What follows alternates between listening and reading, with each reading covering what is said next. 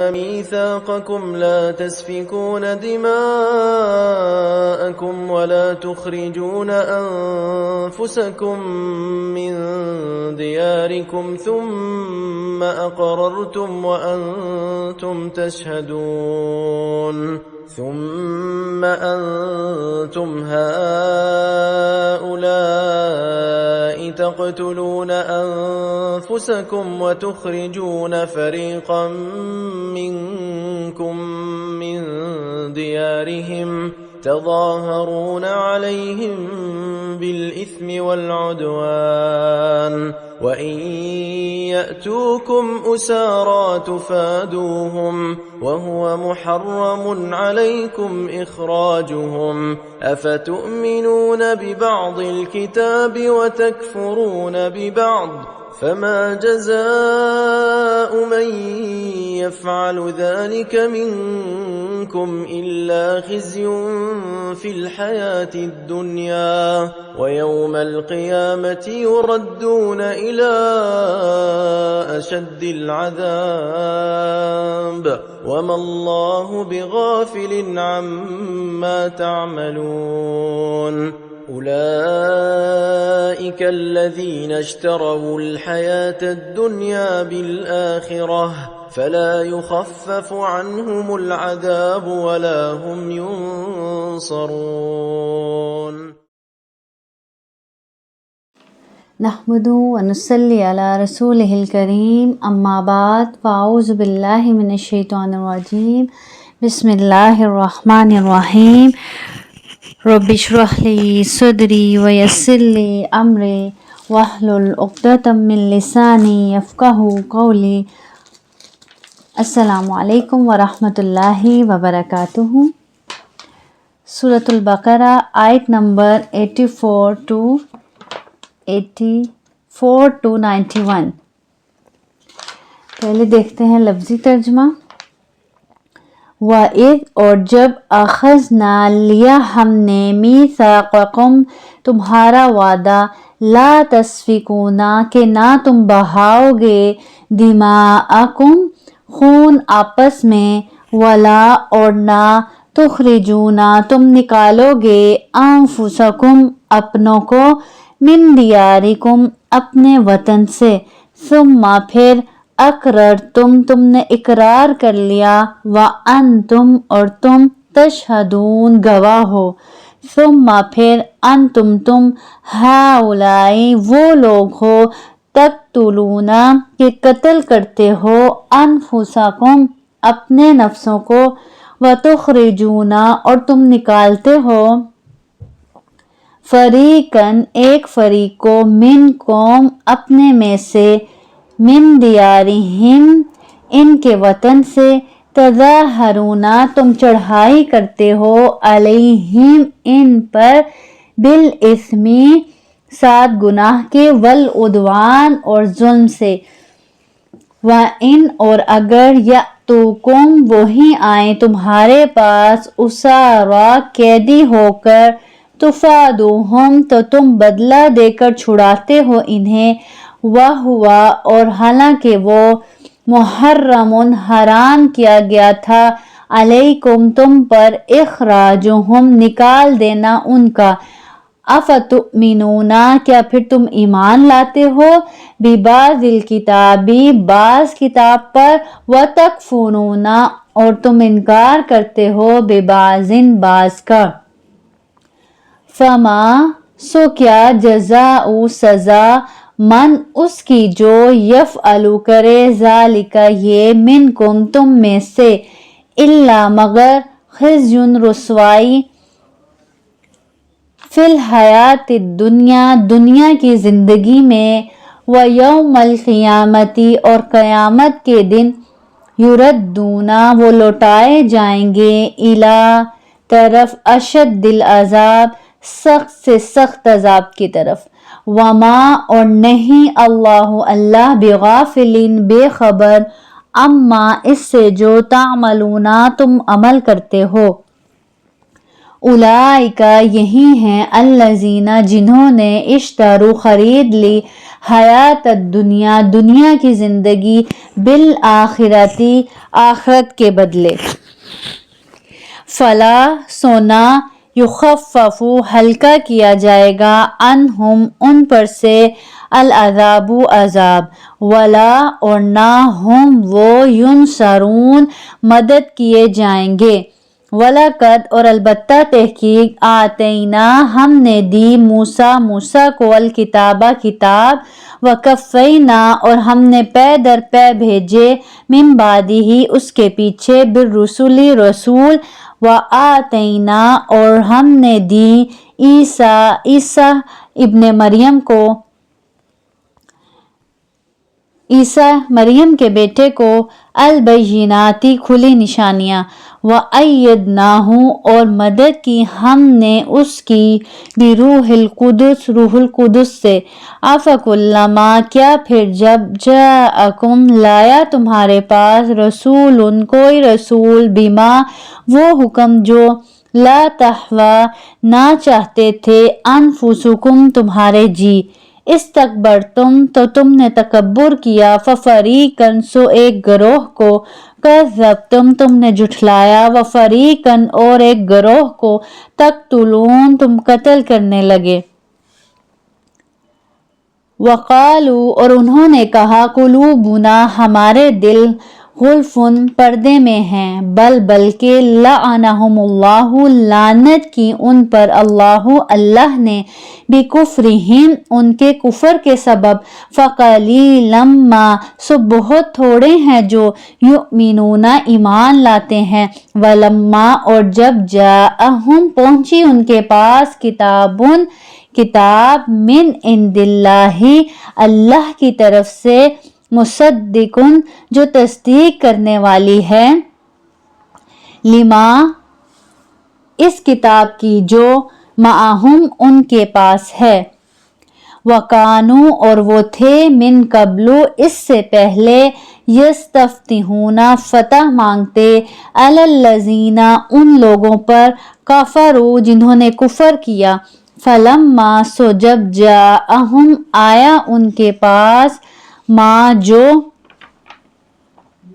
عرفوا وہ پہچانتے تھے کفروا بہ تو منکر ہو گئے اس کے فلعنت اللہ سو لعنت ہے اللہ کی علی الکافرین کافروں پر بئس ما برا ہے وہ جو اشتروا بیچ ڈالا انہوں نے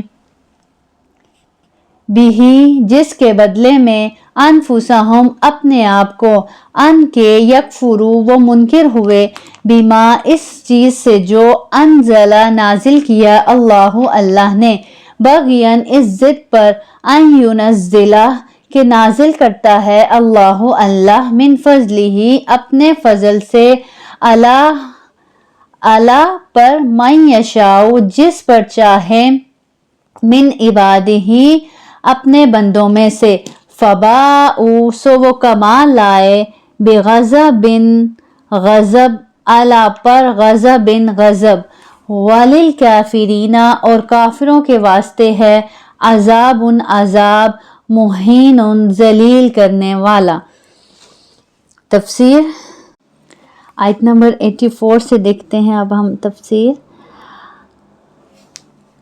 وَإِذْ أَخَذْنَا مِيثَاقَكُمْ لَا تَسْفِكُونَ دِمَاءَكُمْ وَلَا تُخْرِجُونَ أَنفُسَكُمْ مِنْ دِيَارِكُمْ ثُمَّ أَقْرَرْتُمْ وَأَنْتُمْ تَشْهَدُونَ اور جب ہم نے تم سے وعدہ لیا کہ آپس میں خون نہ بہانا قتل نہ کرنا اور آپس والوں کو جلا وطن نہ کرنا تم نے اقرار کیا اور تم اس کے شاہد بنے یہاں بنی اسرائیل سے کیے گئے ایک اور عہد کا ذکر کیا جا رہا ہے جو اللہ رب العزت نے ان سے کیا وہ کیا کہ اللہ رب العزت فرما رہے ہیں کہ ہم نے تم سے عہد لیا تھا کہ آپس میں خون نہ بہانا آپس میں قتل نہ کرنا آپس والوں کو جلا وطن نہ کرنا اور تم نے اقرار بھی کیا اور تم اس کے شاہد بنے لیکن اس کے باوجود تم یہ سب کام کر گئے، تم نے یہ سب کام کیے۔ اور اس آیت میں غور کریں تو کتنا زیادہ احساس دلایا جا رہا ہے اس بات پر کہ کسی کا قتل گویا ایسا ہے جیسے تم نے اپنے آپ کو قتل کیا، اور کسی کو گھر سے بے گھر کرنا، کسی اپنے کو گھر سے نکالنا، کسی مسلمان کا مسلمان کو قتل کرنا، یا کسی مسلمان کو اس کے گھر سے بے گھر کرنا، گویا ایسا ہی ہے کہ جیسے خود کو بے گھر کرنا ہے، خود کو گھر سے نکالنا ہے۔ بعض علماء نے لکھا ہے کہ کسی کو کسی کے گھر سے بے گھر کرنا قتل سے بھی بڑا گناہ ہے، قتل سے بھی زیادہ بڑا ہے۔ تو ان سے کیا عہد لیا گیا کہ آپس میں ایک دوسرے کو قتل نہ کرنا، اور نہ ہی اپنے لوگوں کو جلا وطن کرنا۔ لیکن انہوں نے کیا کیا؟ اگلی آیت میں اللہ رب العزت فرماتے ہیں ثم انتم ہؤلاء تقتلون انفسکم وتخرجون فریقا منکم من دیارہم تظاہرون علیہم بالاسم والعدوان وان یأتوکم اسارا تفادوہم وہو محرم علیکم اخراجہم افتؤمنون ببعض الکتاب وتکفرون ببعض۔ لیکن پھر بھی تم نے، اللہ تعالیٰ فرما رہے ہیں، اس کے باوجود، عہد کرنے کے باوجود تم نے کیا کیا؟ تم نے آپس میں قتل کیا، اور آپس کے ایک فرقے کو جلا وطن بھی کیا، اور گناہ اور زیادتی کے کاموں میں ان کے خلاف دوسروں کی طرفداری بھی کی۔ ہاں، جب وہ قیدی ہو کر تمہارے پاس آئے تو تم نے ان کے فدیے دیے، لیکن ان کا نکالنا جو تم پر حرام تھا اس کا کچھ خیال نہ رکھا۔ کیا بعض احکام پر ایمان رکھتے ہو اور بعض کے ساتھ کفر کرتے ہو؟ کتاب کے کچھ حصے کو تو مان لیتے ہو اور کچھ کا انکار کر دیتے ہو۔ اب کیا کہا جا رہا ہے کہ اللہ نے تو تم سے عہد لیا، لیکن تم نے اس کی کیا کی؟ خلاف ورزی کی۔ نبی کریم صلی اللہ علیہ وسلم کے زمانے میں انصار جو اسلام سے قبل کون تھے؟ مشرک تھے۔ ان کے دو قبیلے تھے، اوس اور خزرج۔ ان کی آپس میں ہر وقت جنگ چلتی رہتی تھی۔ اسی طرح مدینہ میں یہود کے 3 قبیلے تھے۔ انصار کے کتنے قبیلے تھے؟ 2۔ کون کون سے؟ اوس اور خزرج۔ اور مدینہ میں یہود کے کتنے قبیلے تھے؟ 3۔ بنو قینقاع، بنو نذیر اور بنو قریظہ۔ یہ بھی آپس میں لڑتے رہتے تھے۔ بنو قریظہ اوس کے حلیف تھے، یعنی اوس کے ساتھی تھے، اور اس دور میں ایسا ہوتا تھا کہ اگر کوئی قبیلہ کسی قبیلے کا دوست ہے، ساتھی ہے، حلیف بن گیا ہے، تو اس کے ساتھی کی، یعنی اس قبیلے کا جو دوسرا قبیلہ حلیف ہے، اس کی جس سے جنگ ہوتی تو آٹومیٹکلی اس قبیلے کو اس کا ساتھ دینا پڑتا۔ اب بنو قینقاع اور بنو نذیر کس کے حلیف تھے؟ خزرج کے حلیف تھے۔ جنگ میں یہ اپنے حلیفوں یعنی ساتھیوں کی مدد کرتے اور اپنے ہی ہم مذہب یعنی یہودیوں کو قتل کرتے، ان کے گھروں کو لوٹتے اور انہیں جلا وطن کر دیتے اپنے حلیفوں کی خاطر۔ درحالیہ تورات کے مطابق ایسا کرنا ان کے لیے کیا تھا؟ حرام تھا، لیکن پھر بھی انہوں نے یہودیوں کو جب وہ مغلوب ہونے کی وجہ سے قیدی بن جاتے تو فدیہ دے کر چھڑاتے اور کہتے کہ ہمیں تورات میں یہی حکم دیا گیا۔ پہلے اپنے حلیفوں کے ساتھ ان کے ساتھ جنگ کرتے، ان کا قتل و غارت کرتے اور ان کو جلا وطن کرتے، لیکن جب وہ قیدی بن جاتے تو پھر اپنی کتاب کے اس بات پر، اس حکم پر عمل کرتے کہ قیدیوں کو چھڑواؤ، تو ان کو چھڑواتے اور کہتے کہ ہمیں تورات میں یہی حکم دیا گیا ہے۔ ان آیات میں یہودیوں کے اسی کردار کو بیان کیا جا رہا ہے کہ انہوں نے شریعت کو موم کی ناک بنا لیا تھا، یعنی بعض چیزوں پر ایمان لاتے اور بعض کو ترک کر دیتے۔ جو مرضی کے مطابق ہوتے کام وہ کر لیتے اور جو نفس کے خلاف جاتے ان کو چھوڑ دیتے۔ اور آج اگر ہم غور کریں تو ہمارا بھی اپنی کتاب کے ساتھ ایسا ہی معاملہ ہے۔ کتاب کے بعض حصے کو مانتے ہیں اور بعض کا انکار کر دیتے ہیں۔ جو احکامات ہماری مرضی کے مطابق ہوتے ہیں، ہمیں اچھے لگتے ہیں، ہمیں آسان لگتے ہیں، ہم ان پر عمل کر لیتے ہیں، اور جو ہمیں مشکل لگتے ہیں انہیں ہم چھوڑ دیتے ہیں۔ تو اللہ تعالیٰ یہاں یہی فرما رہے ہیں افتؤمنون ببعض الکتاب وتکفرون ببعض، کہ تم کتاب کے کچھ حصے کو تو مان لیتے ہو، کچھ باتوں کو تو مان لیتے ہو اور کچھ کا انکار کر دیتے ہو۔ اب دیکھیں قتل و غارت سے منع کیا گیا، اللہ تعالیٰ نے کہا تم آپس میں اپنے لوگوں کا خون نہ بہاؤ گے، ان کو جلا وطن نہ کرو گے، لیکن اپنے حلیفوں کے ساتھ مل کر وہ ان کے ساتھ ایسا کر جاتے۔ لیکن جہاں آتی پھر وہی لوگ جب قیدی بن کر آتے تو ان کو چھڑوا لیتے، یعنی نمائشی قسم کی نیکیوں کے کام کر لیتے، جیسے قیدیوں کو آزاد کروانا،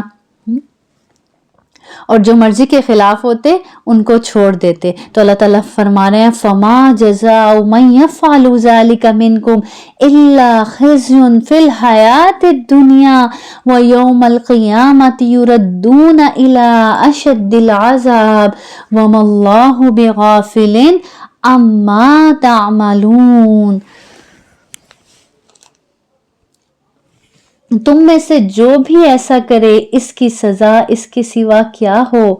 اللہ تعالیٰ فرما رہے ہیں تم میں سے جو کوئی بھی ایسا کرے گا، کیسا کرے گا کہ کتاب کے کچھ حصے کو تو مان لے، اللہ کی کچھ باتوں کو تو مان لے اور کچھ کا صاف انکار کر دے، ایسے لوگوں کی کیا سزا ہے کہ دنیا میں رسوائی ان کا مقدر اور قیامت کے دن سخت عذاب کی مار، اور اللہ تعالیٰ تمہارے اعمال سے بے خبر نہیں ہے، جو بھی تم اعمال کر رہے ہو اللہ سب دیکھ رہا ہے، اللہ سب جانتا ہے۔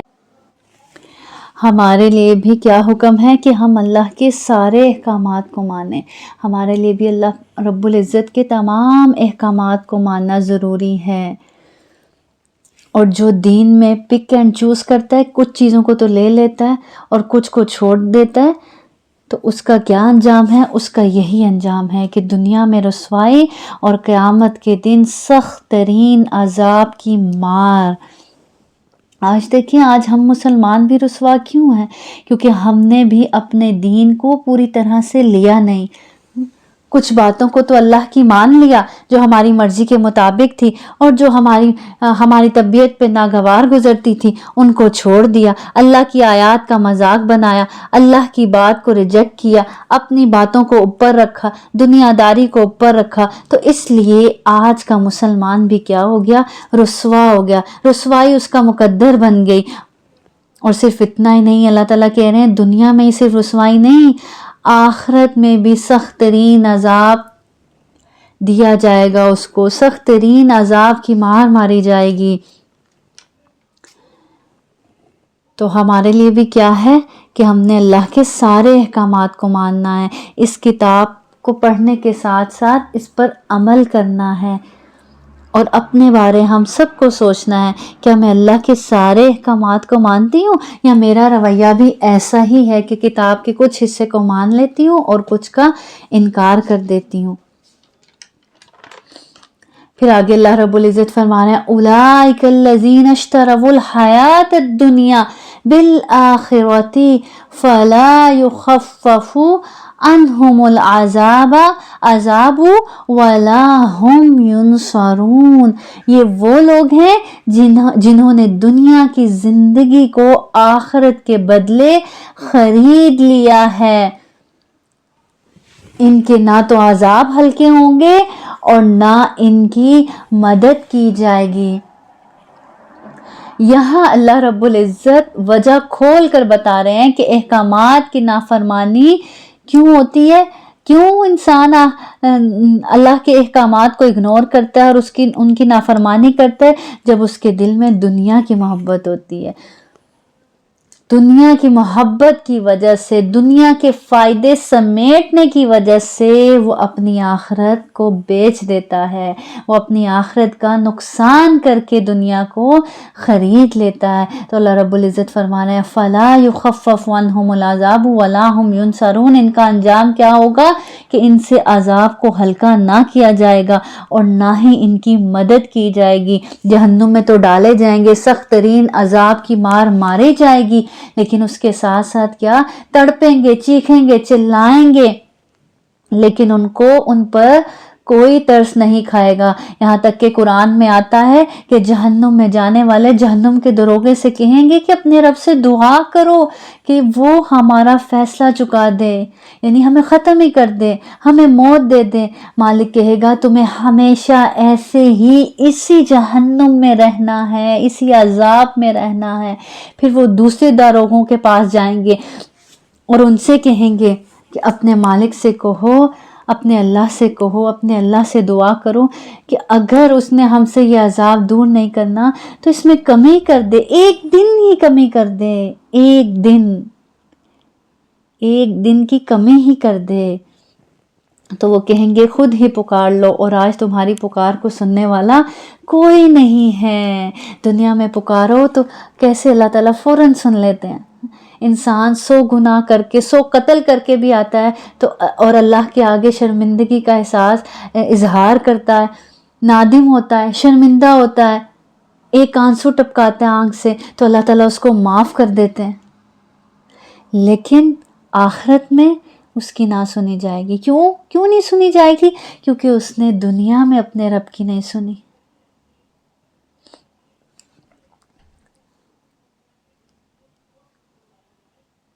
تو بے وقوف ہے وہ انسان جو اپنے دنیا کے فائدے کے لیے اپنی آخرت کو بیچ ڈالتا ہے، اپنی آخرت کا نقصان کر لیتا ہے۔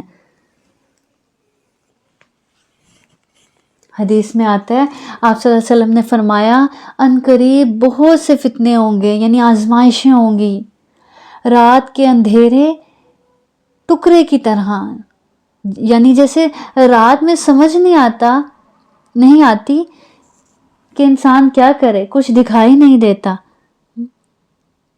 تو اسی طرح آپ صلی اللہ علیہ وسلم نے فرمایا ان قریب بہت سے فتنے ہوں گے، رات کے اندھیرے ٹکڑے کی طرح۔ ایک شخص ایمان کی حالت میں صبح کرے گا اور شام تک کافر ہو چکا ہوگا، یا شام تک اس کا ایمان سلامت ہوگا، صبح اٹھے گا تو کافر ہو چکا ہوگا۔ دنیا کے فائدے کی خاطر اپنا دین بیچ ڈالے گا۔ ایسا کیوں ہوگا کہ شام کو تو ایمان والا ہوگا، صبح تک کافر ہو چکا ہوگا، کہ دنیا کا نقصان نہیں کرنا چاہے گا، دنیا کے چند فائدے کی خاطر اپنا دین ایمان نہیں بیچ ڈالے گا، اپنی آخرت ہی برباد کر دے گا۔ پھر آگے اللہ رب العزت فرماتے ہیں وَلَقَدْ آتَيْنَا مُوسَى الْكِتَابَ وَقَفَّيْنَا مِن بَعْدِهِ بِالرُّسُلِ وَآتَيْنَا عِيسَى ابْنَ مَرْيَمَ الْبَيِّنَاتِ وَأَيَّدْنَاهُ بِرُوحِ الْقُدُسِ أَفَكُلَّمَا جَاءَكُمْ رَسُولٌ بِمَا لَا تَهْوَىٰ أَنفُسُكُمُ اسْتَكْبَرْتُمْ فَفَرِيقًا كَذَّبْتُمْ وَفَرِيقًا تَقْتُلُونَ۔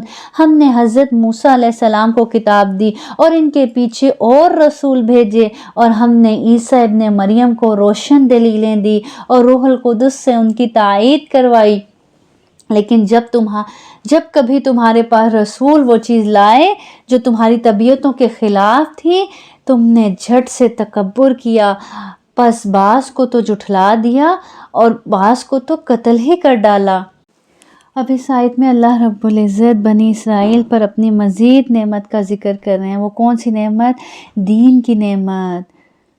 اللہ تعالیٰ کہہ رہے ہیں ہم نے تم پر پہ در پہ رسول بھیجے، موسیٰ علیہ السلام کو بھیجا، عیسیٰ علیہ السلام کو بھیجا، اور وَقَفَّيْنَا مِن بَعْدِهِ بِالرُّسُلِ، یعنی موسیٰ علیہ السلام کے بعد مسلسل پیغمبر آتے رہے، حتیٰ کہ بنی اسرائیل میں انبیاء کا یہ سلسلہ حضرت عیسیٰ علیہ السلام پر ختم ہو گیا۔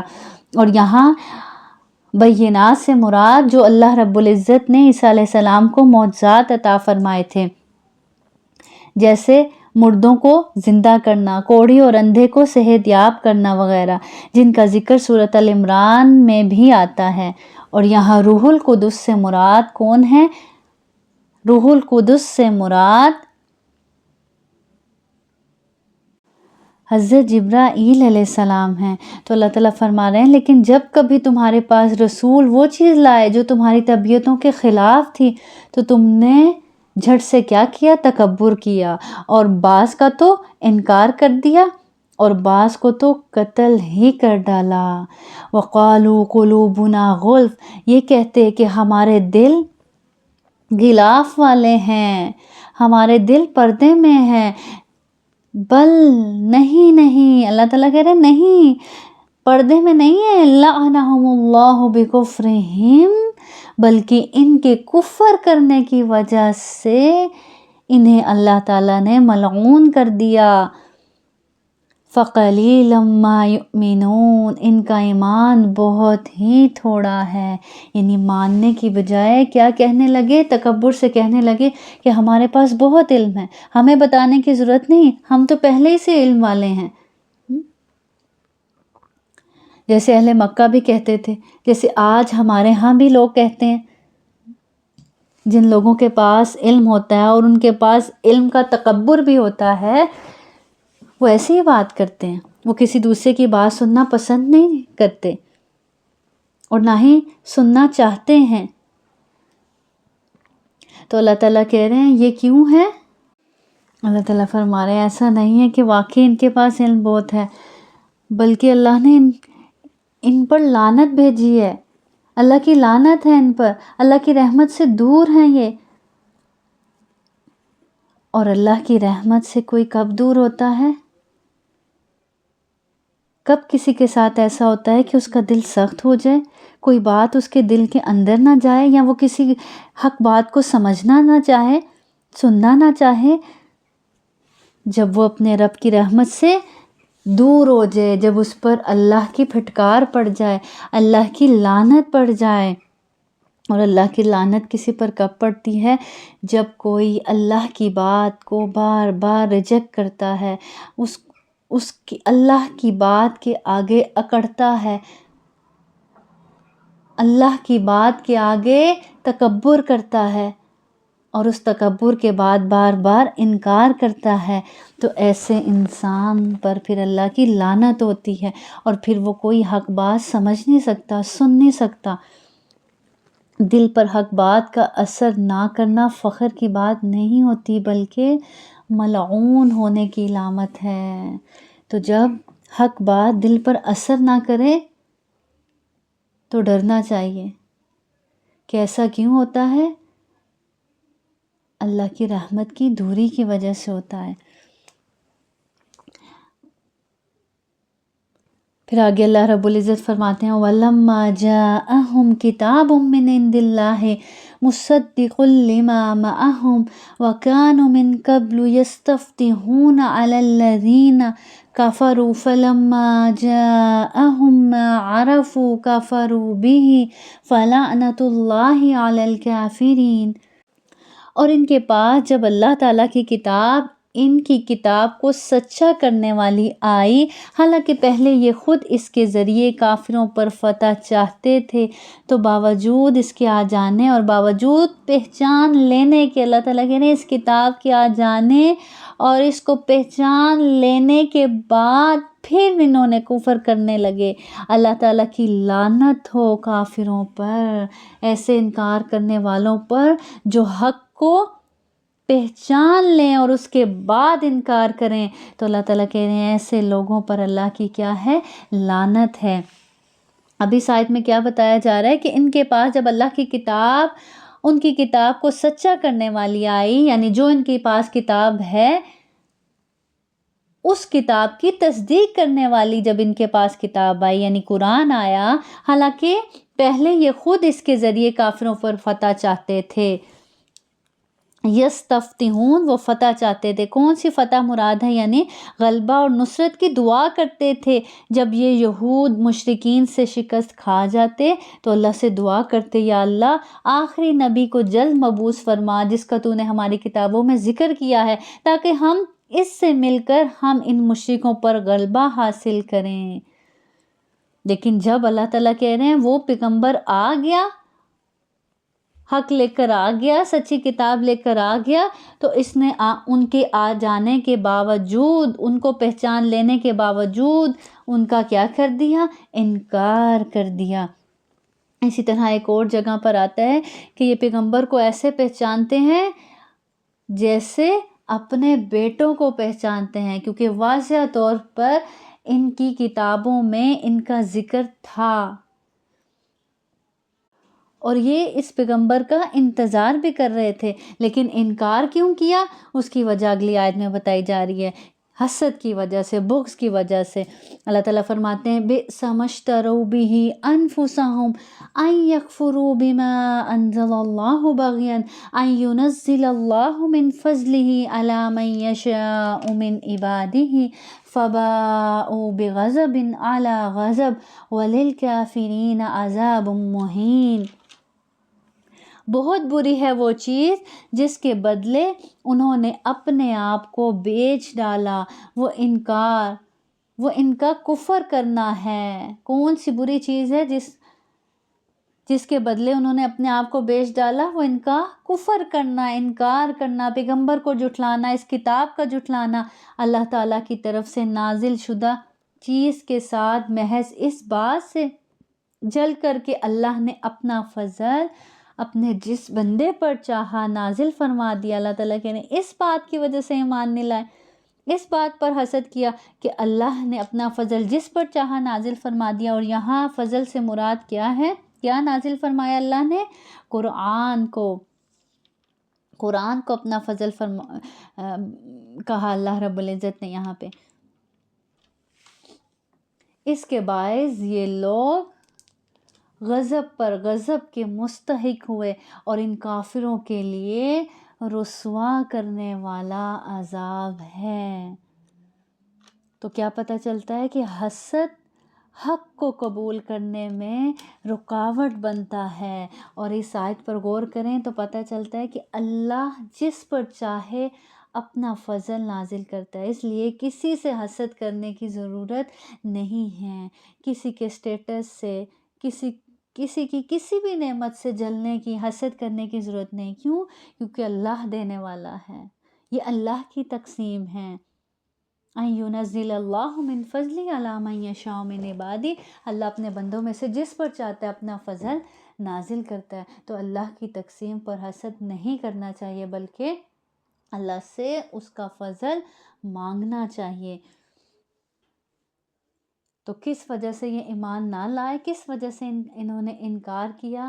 حسد و عناد کی وجہ سے انہوں نے اللہ کے پیغمبر کا، اللہ کی اس کتاب کا انکار کیا، اور جب انکار کیا تو لعنت کے مستحق بنے۔ تو اللہ تعالیٰ کہہ رہے ہیں اس انکار کے بعد وہ کیسے لوٹے؟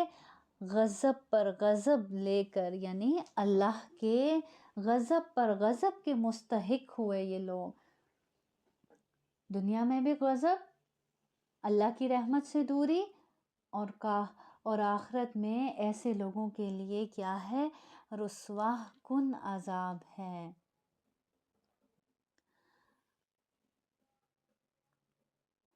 وآخر دعوانا ان الحمد للہ رب العالمین۔ سبحان ربک رب العزت عما یصفون وسلام علی المرسلین والحمد للہ رب العالمین، والحمد للہ رب العالمین۔